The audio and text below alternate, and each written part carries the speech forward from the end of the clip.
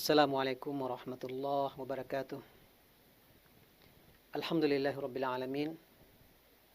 Wassalatu wassalamu ala asyrafil anbiya'i wal mursalin nabiyina Muhammadin wa ala alihi wa sahbihi ajma'in. Asyhadu an la ilaha illallah waliyus salihin wa asyhadu anna Muhammadan abduhu wa rasuluh. Arsalahu Allahu rahmatan lil alamin. Ma'asyiral muslimin wal muslimat rahimakumullah. Usikum wa nafsi bitaqwallahi faqad fazal muttaqun. Ya ayyuhalladzina amanu taqullaha haqqa tuqatih wa la tamutunna illa wa antum muslimun. Kaum muslimin dan kaum muslimat, hamba-hamba Allah dimanapun berada, rahimakumullah. Alhamdulillahirabbil alamin. Kembali kita memperbaharui rasa syukur kita kepada Allah atas segala nikmat dan karunia yang kita terima dari Allah. Semoga nikmat iman, nikmat Islam, nikmat memudahkan beramal soleh senantiasa Allah limpahkan dan Allah turunkan kepada kita semuanya. Kemudian salawat dan salam untuk baginda Nabi SAW. Allahumma salli ala Muhammad wa ala alihi wa sahbihi ajma'in. Kaum muslimin dan kaum muslimat, hamba-hamba Allah rahimakumullah. Tema kajian sirah nabawiyah kita kali ini adalah Perang Khaybar. Pada kajian sebelumnya kita sudah membahas tentang Rasulullah SAW mengirim surat dan utusan kepada raja-raja di beberapa kerajaan di sekitar Jazirah Arab. Ada yang dikirim ke Raja Najasyi di Habasyah, ada yang dikirim ke Kisra Persia, ada yang dikirim ke Raja Mesir Muqawqis, ada yang dikirim ke Kaisar Romawi, dikirim ke Raja Bahrain, Raja Yahman, dan seterusnya. Ini merupakan dakwah alamiah, dakwah internasionalnya Rasulullah SAW mengajak para pemimpin kerajaan yang ada di sekitar Jazirah Arab untuk masuk Islam. Pada kajian kali ini kita akan membahas peristiwa yang terjadi di awal tahun ke-7 Hijriah, yaitunya Perang Khaybar. Perlu kita ketahui, Khaybar adalah sebuah kota yang berada di bagian utara kota Madinah. Yang kota itu banyak sekali terdapat di sana benteng-benteng Yahudi. Dan Khaybar telah identik menjadi kota kaum Yahudi. Berjarak lebih kurang dari kota Madinah sekitar 60, 70 atau 80 mil atau sekitar 150 km dari kota Madinah. Perlu juga kita ketahui bahwa secara umum posisi kota Madinah, Rasulullah dan para sahabat dan masyarakat Islam negara Madinah waktu itu dalam bahasa yang mungkin lebih modern, menghadapi beberapa titik musuh sebenarnya dari internal dan juga eksternal. Di internal ada Yahudi, 3 kabilah Yahudi besar, Bani Qainuqa, Bani Nadir, Bani Quraidah. Semua dah selesai. Qainuqa terusir, mayoritas lari ke Khaybar. Nadir sudah terusir, lari ke Khaybar. Bani Quraidah sudah dibantai semuanya, dihukum atas pengkhianatan mereka. Masih tersisa di dalam kota Madinah itu adalah kaum munafikin. Orang-orang munafik yang mereka sebenarnya adalah orang kafir, tapi secara lisan mereka pura-pura masuk Islam karena kelemahan mereka tidak sanggup menghadapi Rasulullah di bawah pimpinan gembong munafikin Abdullah bin Ubay bin Salul. Itu secara internal. Adapun secara eksternal, sebagian kabilah-kabilah sudah berkoalisi atau berjanji damai dengan Rasulullah atau menjadi sekutu Rasulullah SAW. Dan musuh terbesar Rasulullah tentunya adalah kafir Quraisy. Itulah musuh asli beliau dari awal. Dan peperangan demi peperangan sudah dihadapi Rasulullah menang atau Quraisy yang kemudian menang. Kemudian perang-perang kecil yang dikirim oleh Rasulullah, pasukan peleton kecil untuk mengganggu kafilah dagang Quraisy yang bolak-balik dari negeri Syam ke Mekah. Sebagai bagian untuk terus memberikan tekanan kepada kafir Quraisy, itu juga terus berlangsung. Maka pasca perjanjian damai Hudaybiyah, Sulhul Hudaybiyah antara Rasulullah SAW dengan kafir Quraisy, yang kemudian kesepakatannya adalah gencatan senjata selama 10 tahun, maka secara otomatis musuh terbesar Rasulullah dari bagian selatan, yaitunya dari Mekah, ini sudah aman nih, karena sudah sepakat tidak akan berperang. Maka ada dua kekuatan besar lagi yang memang mesti waspada selalu Rasulullah menghadapinya, karena mereka ini juga selalu bermanuver mengganggu kota Mekah, mengganggu kota Madinah, dan mereka bagian dari koalisi waktu perang Khandaq. Mereka adalah koalisi besar perang Khandaq. Yaitunya yang pertama, yang dua tersisa itu adalah Yahudi Khaybar, yang memiliki hampir sekitar 8 benteng, 5 benteng besar, ada 3 lagi yang kecil. Dengan persenjataan mereka miliki, berkekuatan lebih kurang sampai 10.000. Ini memang ancaman berat bagi kota Madinah, dan mereka sudah berkoalisi ketika perang Khandaq. Mereka yang berkoalisi dengan kaum musyrikin Quraisy. Nah, ini berada di utara Madinah. Ya, kalau Rasulullah akan berangkat berperang ke selatan, mereka dari utara adalah ancaman. Kemudian yang kedua yang menjadi ancaman bagi pasukan Rasulullah SAW atau bagi masyarakat kota Madinah, negara Islam Madinah waktu itu adalah kaum musyrikin Najd yang berada di bagian tenggara, ya, bagian tenggara kota Madinah. Ini juga dulu ikut dalam mengganggu Rasulullah SAW. Juga masih ingat kita peristiwa tragedi Sumur Maunah ke arah Najd sana. Di sana ada kaum musyrikin yang telah membantai 70 para penghafal dan pengajar Quran dari kalangan sahabat. Maka kaum musyrikin Najd ini juga merupakan ancaman bagi negara Islam Madinah waktu itu. Nah, begitu Rasulullah SAW selesai dengan Quraisy, sudah berdamai, dan Rasulullah SAW kemudian tentu sudah bisa fokus kepada dua kekuatan. Maka waktu itu Rasulullah segera untuk memberikan pelajaran berharga kepada Yahudi Khaybar. Mereka belum dapat pelajaran dari perang Khandaq. Baru Rasulullah menghukum pengkhianatan Yahudi Bani Quraisyah. Sementara pasukan yang mengepung kota Madinah ini belum semuanya diberi pelajaran oleh Rasulullah. Maka kemudian Rasulullah mengumumkan kepada para sahabat untuk pergi berperang, menyerang Khaybar. Nah, ini kali pertama jenis perangnya adalah pergi menyerang. Mayoritas peperangan sejak perang Badar, kemudian Uhud, Khandaq, dan beberapa perang-perang lain, mayoritas itu sebenarnya lebih kepada perang difa, ya, defend, membela diri, mempertahankan diri. Karena ada lawan yang menyerang kita, ada lawan yang terus mengganggu kita. Maka hampir semua peperangan besar Rasulullah sebelum perang Hudaybiyah atau perjanjian Hudaybiyah, itu perangnya adalah perang pertahanan, mempertahankan diri. Nah, kali ini perang Khaybar, ini kali pertama perangnya adalah penyerangan. Artinya inisiatif menyerang itu adalah Rasulullah dan para sahabat. Dikenal dalam literasi Islam sebagai jihad tolab, ya. Jihad yang sifatnya menyerang. Adapun sebelumnya lebih kepada jihad difa, ya. Jihad difa, mempertahankan diri.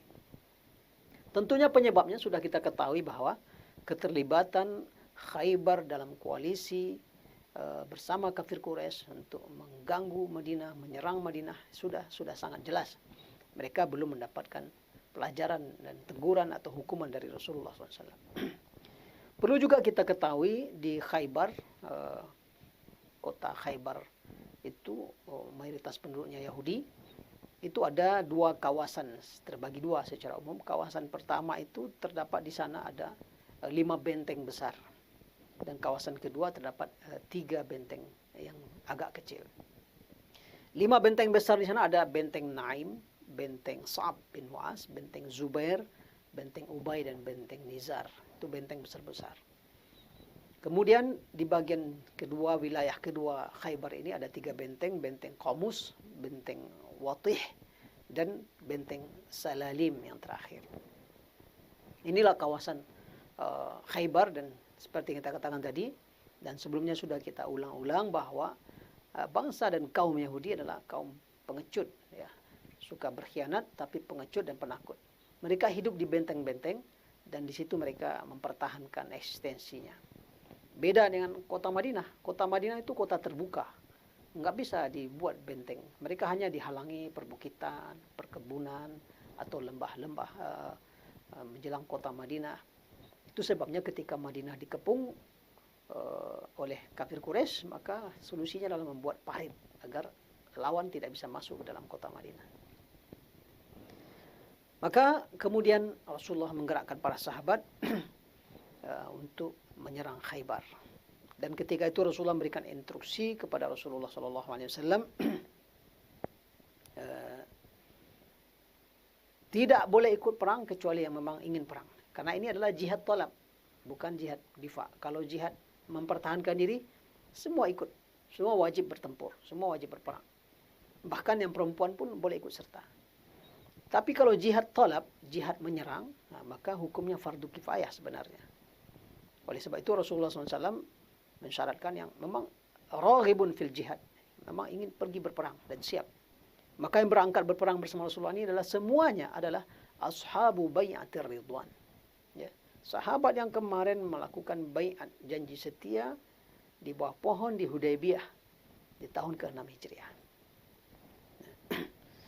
Dan Allah sudah menjanjikan sebenarnya dalam surah Al-Fat terkait perjanjian Hudaybiyah dan terkait kemenangan Khaybar ini. Dalam surah Al-Fat ayat 20 Allah sudah katakan, wa'adakumullahu maghanima katsirah ta'khudunaha. Allah janjikan kepada kalian ghanimah yang banyak sekali yang akan kalian dapatkan, kalian peroleh.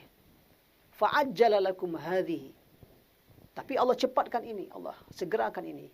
Para ulama tafsir menjelaskan ini yang dimaksud dalam ayat ini adalah perjanjian Hudaybiyah. Jadi Allah dahulukan dulu perjanjian Hudaybiyah, setelah itu akan segera menunggu kalian adalah ghanaimah katsirah, ya, ghanimah yang sangat banyak. Maka berangkatlah para sahabat dan dengan persenjataan lengkap. Karena ini tentunya jumlah yang berangkat juga banyak, Rasulullah mempersiapkan para sahabat. Tentu rencana perang menyerang ke utara ini memang diketahui oleh beberapa kalangan tentunya, termasuk yang tahu rencana perang ini adalah kaum munafikin kota Madinah yang dipimpin oleh Abdullah bin Ubay bin Salul. Begitu kaum munafikin ini mengetahui rencana perang Rasulullah, mereka langsung kirim utusan ke Khaybar memberikan informasi, membocorkan rencana Rasulullah. Nah, inilah watak, sifat dan perilaku kaum munafikin. Selalu saja bekerja sama dengan Yahudi. Selalu saja kerjasama dengan kaum musyrikin, musuh-musuh Allah Subhanahu wa taala. Maka dia kirim utusan kepada Khaybar dan berita, "Wahai Khaybar, ini Muhammad dan pasukannya datang menuju kalian. Akan memerangi kalian. Tapi jangan takut. Wala takhafu. Jangan takut. Innahum la silaha lahum." Mereka enggak punya senjata cukup. Ya. Senjata kalian jauh lebih kuat. Senjata kalian lebih banyak. Kami bersama kalian. Nah, itu. Jadi kaum munafikin ini, Abdullah bin Ubay bin Salul memberikan informasi, peringatan kepada Khaybar, lalu juga sekaligus mendorong, memotivasi. Jangan takut. Kalian, senjata kalian lebih kuat, benteng kalian lebih hebat. Sementara yang datang ini senjatanya nggak ada apa-apanya. Kami pun akan selalu bersama kalian. Nah, ini watak, sifat kaum munafikin. Maka tentu segeralah Khaybar, kaum Yahudi Khaybar bersiap-siap dan mereka mengirim utusan ke Bani Ghatafan, ya, koalisi mereka waktu perang Khandaq. Ingat dulu waktu perang Khandaq, Quraisy bersama Ghatafan bersama sebagian Yahudi Khaybar, ya, kaum Yahudi sekian kabilah ikut dalam koalisi perang Ahzab melawan kota Madinah. Karena Ghatafan ini koalisi sekutunya Yahudi Khaybar, maka Khaybar kirim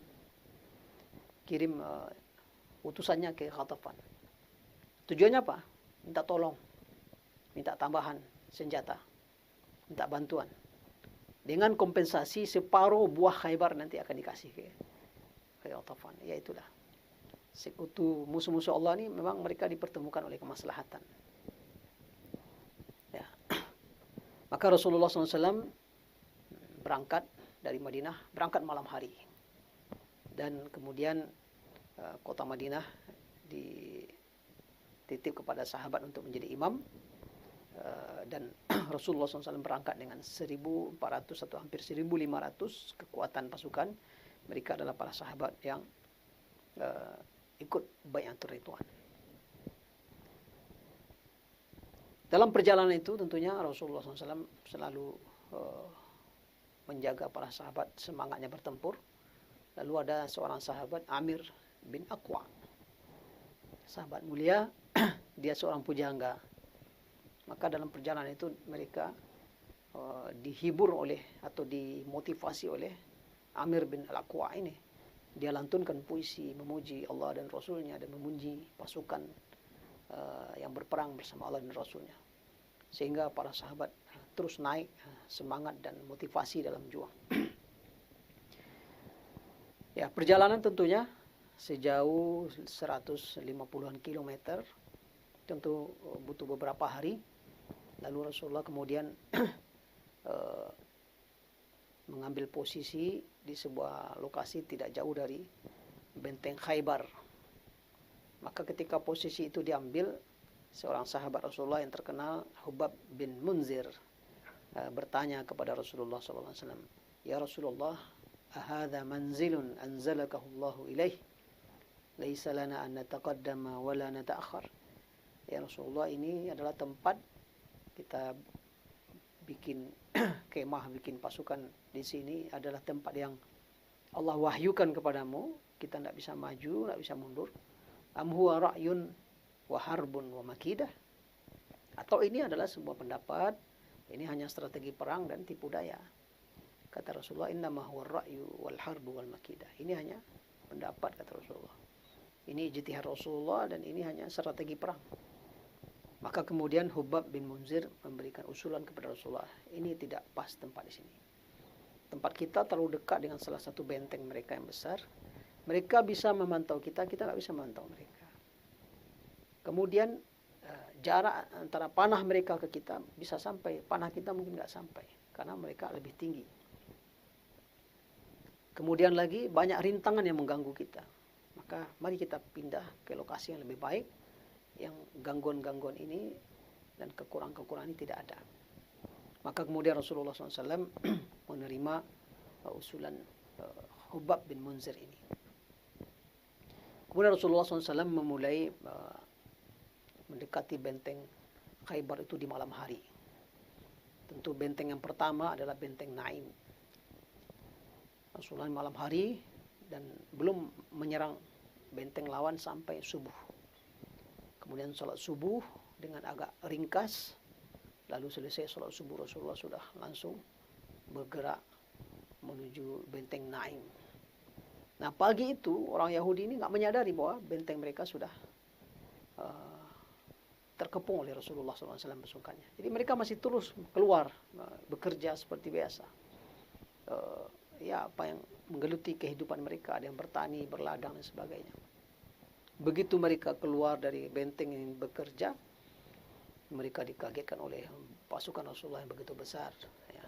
Langsung mereka lari terbirit-birit, takut dan langsung kembali ke benteng mereka.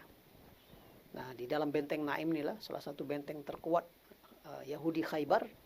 Mereka kemudian mengurung diri dan berlindung.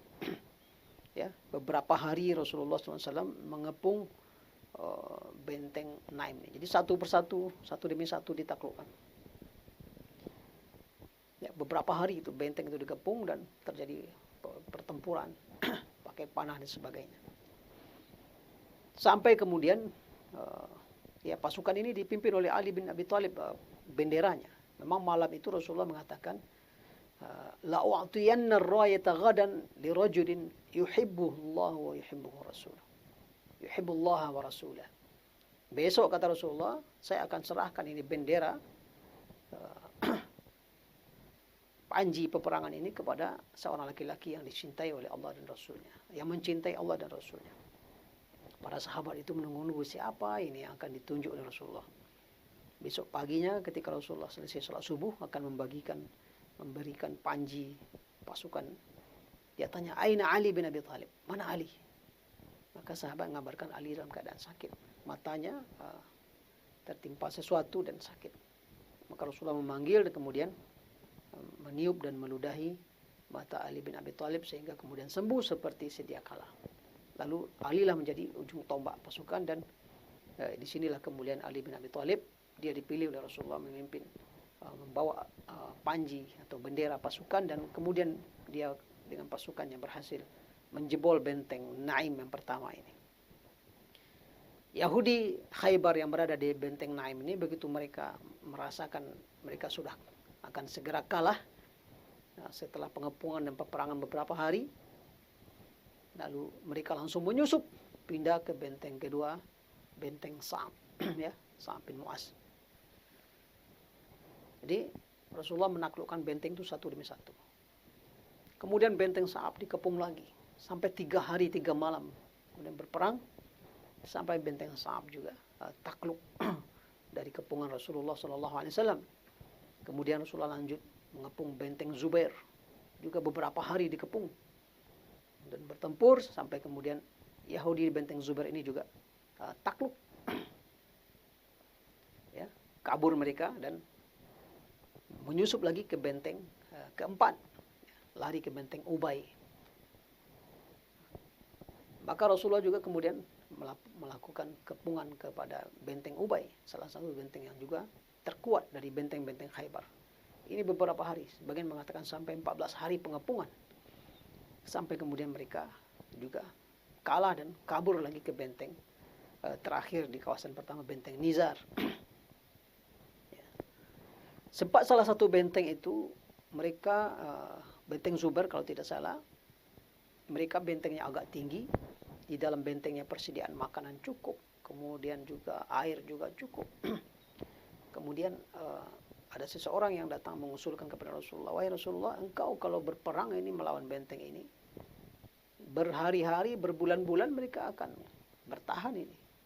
Karena air mereka cukup, makanan mereka juga cukup di dalamnya. Berapapun lamanya engkau kepung, engkau berperang, mereka akan bertahan. Nah, kalau engkau ingin mengalahkan mereka, segera putus air masuk ke sana. Maka Rasulullah mengirim beberapa tim khusus untuk kemudian memutus jalur air ke benteng Yahudi ini. Walaupun ada 1 atau 2 sahabat yang kemudian syahid yang bekerja ini dan berhasil memutus air ke benteng Zubair. Dan kemudian benteng ini bisa ditaklukkan oleh Rasulullah SAW.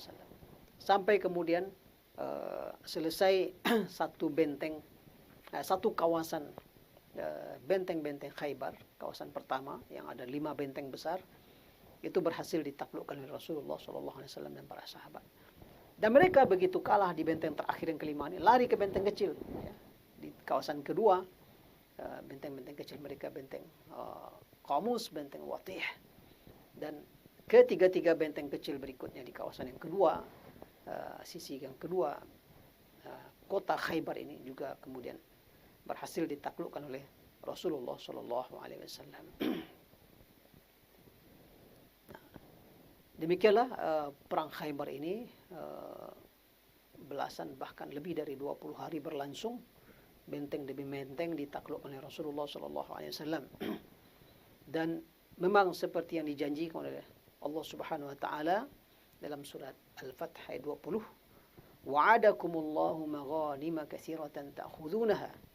Allah janjikan kepada kalian ghanimah yang sangat banyak akan kalian peroleh, akan kalian dapatkan. Nah, inilah dia perang Khaybar yang bukan main, mendapatkan ghanimah yang sangat banyak. Sampai-sampai Rasulullah membagi ghanimah itu dalam bentuk saham-saham menjadi 3.600 saham. Separuhnya 1.800 saham itu dibagi oleh Rasulullah, oleh beliau untuk beliau dan para sahabat semuanya. Pasukan berjalan kaki, pasukan menunggang kuda dibagi sesuai dengan rumus pembagian ghanimah. Lalu kemudian separuh lagi 1.800 saham lagi itu dijadikan Rasulullah untuk beliau dan untuk kepentingan umum umat Islam. Itu saking banyaknya ghanimah yang dibagi-bagi oleh Rasulullah SAW. Kemudian Yahudi yang menyerah ini, sebagian mereka kemudian minta izin kepada Rasulullah, tetap diizinkan tinggal di Khaybar, ya, tetap kami akan merawatnya, tapi kemudian mereka bayar jizyah, ya. Mereka separuh hasil buah mereka store kepada Rasulullah SAW. Jadi masuk ke dalam Baitul Mal. Dan akhirnya Rasulullah mengizinkan kaum Yahudi ini bisa masih tetap berada di Khaybar ini, tapi mereka membayar jizyah dan mereka diamankan, tidak akan diganggu lagi, tapi mereka membayarkan jizyah kepada Rasulullah SAW. Nanti baru, karena memang watak karakter Yahudi ini terus sering berkhianat, di masa Umar bin Khattab ini Khaybar ini betul-betul dihabisi oleh Umar karena berulang pengkhianatan Yahudi dan baru habis. Yang jelas Rasulullah SAW juga memberikan izin waktu itu dan dengan kompensasi separuh hasil buah atau apa yang ditetapkan Rasulullah akan mereka store kepada Rasulullah. Pada kesempatan ini juga kaum muslimin, hamba-hamba Allah yang mulia, datang rombongan Ja'far bin Abdul Muttalib dari Habasyah. Mereka yang dulu hijrah sejak tahun ke-6 kenabian atau ke-5 kenabian, hijrah ke Habasyah sejak dari Mekah. Lalu di tahun ke-7 Hijriah ini, ya sekitar setelah 14 tahun, ya lebih kurang, karena mereka hijrah ke Habasyah itu 6 tahun atau 7 tahun sebelum Rasulullah hijrah. Ini sudah tahun ke-7 Hijriah pula baru mereka sampai di Khaybar ini dan bertemu dengan Rasulullah SAW. Bukan main bahagianya Rasulullah, ya, menyambut kedatangan Ja'far bersama rombongan Ja'far bin Abdul Muttalib, salah seorang sahabat yang mulia minas sabiqin al-awwalin, kemudian juga salah seorang sahabat yang memang dia paman Rasulullah SAW tibanya, karena anak dari Abdul Muttalib, juga dia salah seorang yang sahabat yang agak mirip dengan Rasulullah SAW. Sampai-sampai Rasulullah memeluk, menciumnya dan betul-betul bersama Ja'far saking bahagianya, sampai-sampai Rasulullah mengatakan,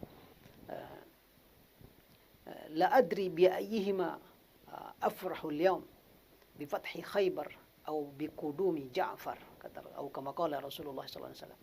Saya tidak tahu nih hari ini saya bahagia karena apa ini?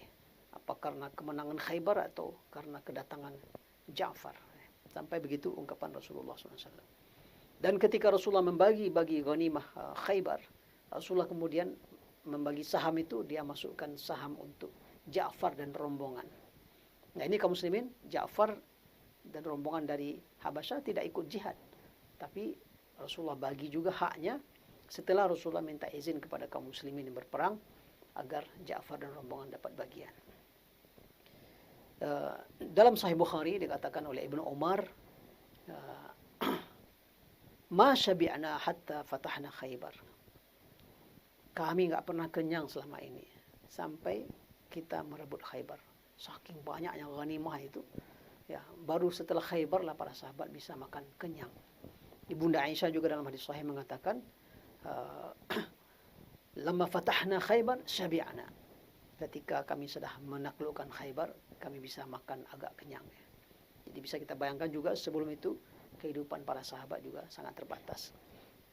Dan kaum muhajirin setelah dibagi-bagi ghanimah ini, mereka mendapatkan ghanimah yang banyak.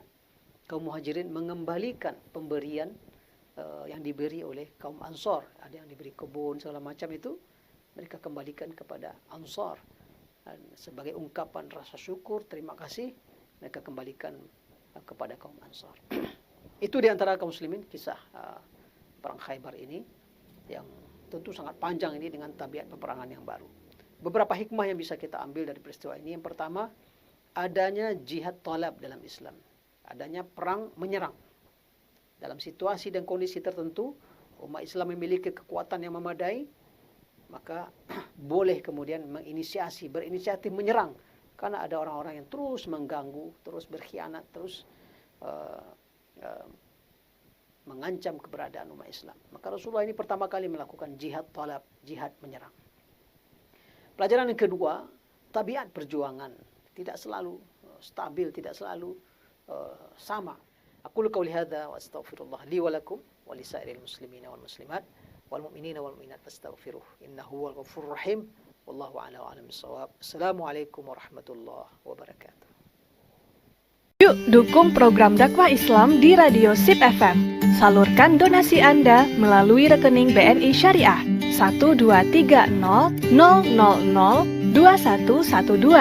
atas nama PT Radio Suara Indah Pesona Prima.